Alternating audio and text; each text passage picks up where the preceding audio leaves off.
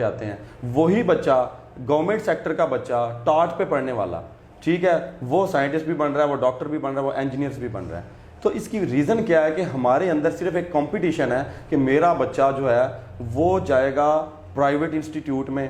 وہاں پہ کیا ہوتا ہے کہ ذرا وہ بچے کو شو کرتے ہیں کہ ہم نہیں, نو ڈاؤٹ میں یہ نہیں کہتا کہ وہ پڑھاتے نہیں ہیں, پڑھاتے بھی ہیں, اچھی تعلیم دے رہے ہیں, لیکن صرف ایک برانڈ کی وجہ سے اب وہ چل رہے ہیں. اب دیکھیں ہمارے ہاں کوالیفائڈ ٹیچرز بھی ہیں, فرق ہے صرف کلاس کا. اب ہمارے پاس جو بچے آتے ہیں گاؤں میں, ذمہ دار جو بیچارے مزاروں کے بچے ہوتے ہیں, ٹھیک ہے, پیرنٹس بالکل توجہ نہیں دیتے, اور میں کہتا ہوں کہ ہم ان سے باقاعدہ کہتے ہیں کہ آ کے پوچھیں اپنے بچوں کے بارے میں, وہ کہتے ہیں ہمارے پاس اتنا ٹائم نہیں ہے, اور تیسری کلاس کے بعد چوتھی کے بعد سرٹیفکیٹ لینے آ جاتے ہیں کہ نہیں جی ہمارا بچہ ہم روزی کمائیں یا اسکول میں پڑھائیں.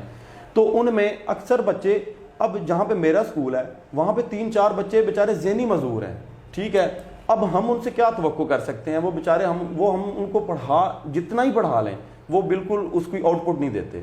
تو کیونکہ شہروں میں پیرنٹس پیچھا کرتے ہیں, پیرنٹس آئے دن جو ہیں وہ اساتذہ کے سر پہ رہتے ہیں, جی ہمارا بچہ جو ہے کیا کر رہا ہے, وہ پراپر ہوم ورک دیکھتے ہیں, کلاس ورک دیکھتے ہیں.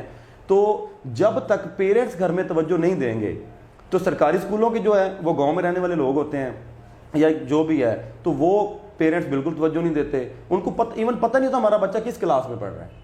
تو اسی وجہ سے پرائیویٹ انسٹیٹیوٹ کے جو پیرنٹس ہوتے ہیں ان کی توجہ کی وجہ سے یہاں پرائیویٹ بچے جو ہیں وہ تھوڑا آگے نکل جاتے ہیں, تو سرکاری پیچھے رہتے ہیں. تو یہ دونوں کی جو ہے نا مل کے محنت, پیرنٹس اور ٹیچرس دونوں کی محنت مل کے جو ہے وہ رنگ لاتی ہے.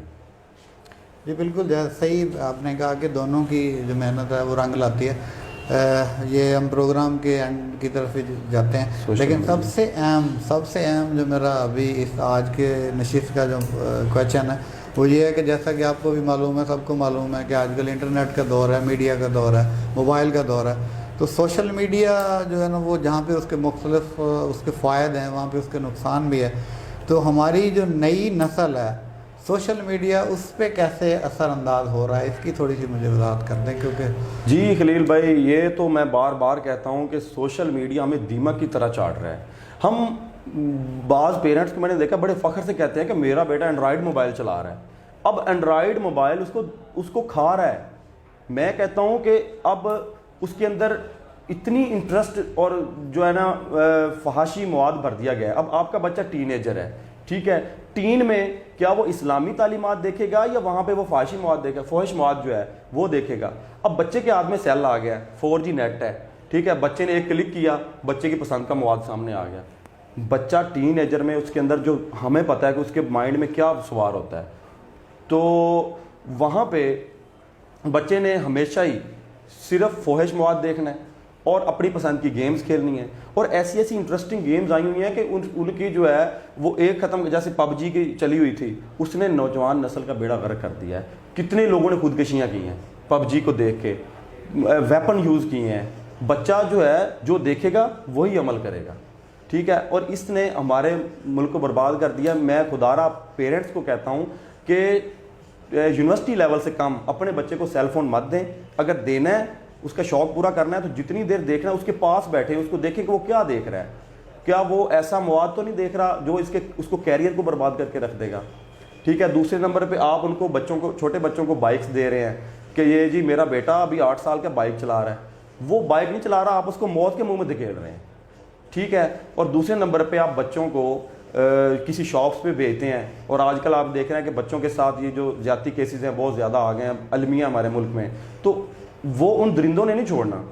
یہ پیرنٹس کی ذمہ داری ہے کہ ان کو اکیلا مت جانے دیں, ان کی کمپنی دیکھیں کہ وہ کن کے ساتھ گھوم پھر رہا ہے, ٹھیک ہے, کیا اس اپنی سی بڑی عمر میں وہ کیا ان کے ساتھ دوستیاں لگا رہا ہے. بچہ کوئی نئی چیز لے کر آئے, کوئی مہنگی چیز, اس سے انویسٹیگیشن کریں, آپ نے یہ کہاں سے لیا, میں نے تو آپ کو خرچہ نہیں دیا. تو جب ان چیزوں کو ہم دیکھیں گے, بچہ کیا آپ کا بچہ گھر میں پریشانی کا شکار ہے, اس سے ایک باپ بھی بنے اور ایک دوست بن کے پوچھیں کہ بیٹا آپ کو اگر کوئی مسئلہ ہے تو بتائیں, بلا جھجک بتائیں, کسی قسم کا مسئلہ ہے تو آپ بتائیں. تو یہ چیزیں ہیں جن کی وجہ سے ہم اپنے نہ صرف بچوں کو بچا سکتے ہیں, اور سوشل میڈیا یوز کرنے پہ یا اینڈرائڈ موبائل یوز کرنے پہ کوئی فخر محسوس نہ کریں.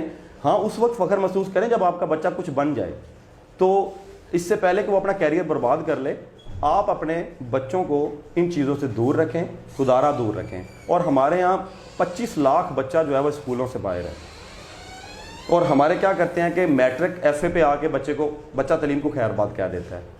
ٹھیک ہے، کیوں؟ اس کی ارلی چائلڈ ایجوکیشن ویک ہوتی ہے. تو جب آپ بچوں کو ان کا پیچھا کریں، اسکول میں جائیں، ان کے ٹیچر سے پوچھیں کیا وہ بچہ گھر میں آ کے پڑھ رہا ہے، تو بھائی یہ چیزیں ہیں. تعلیم جو ہے وہ حصول نوکری نہیں ہونا چاہیے. تعلیم کا مقصد تعلیم ہے قوموں کو تبدیل کرتی ہے.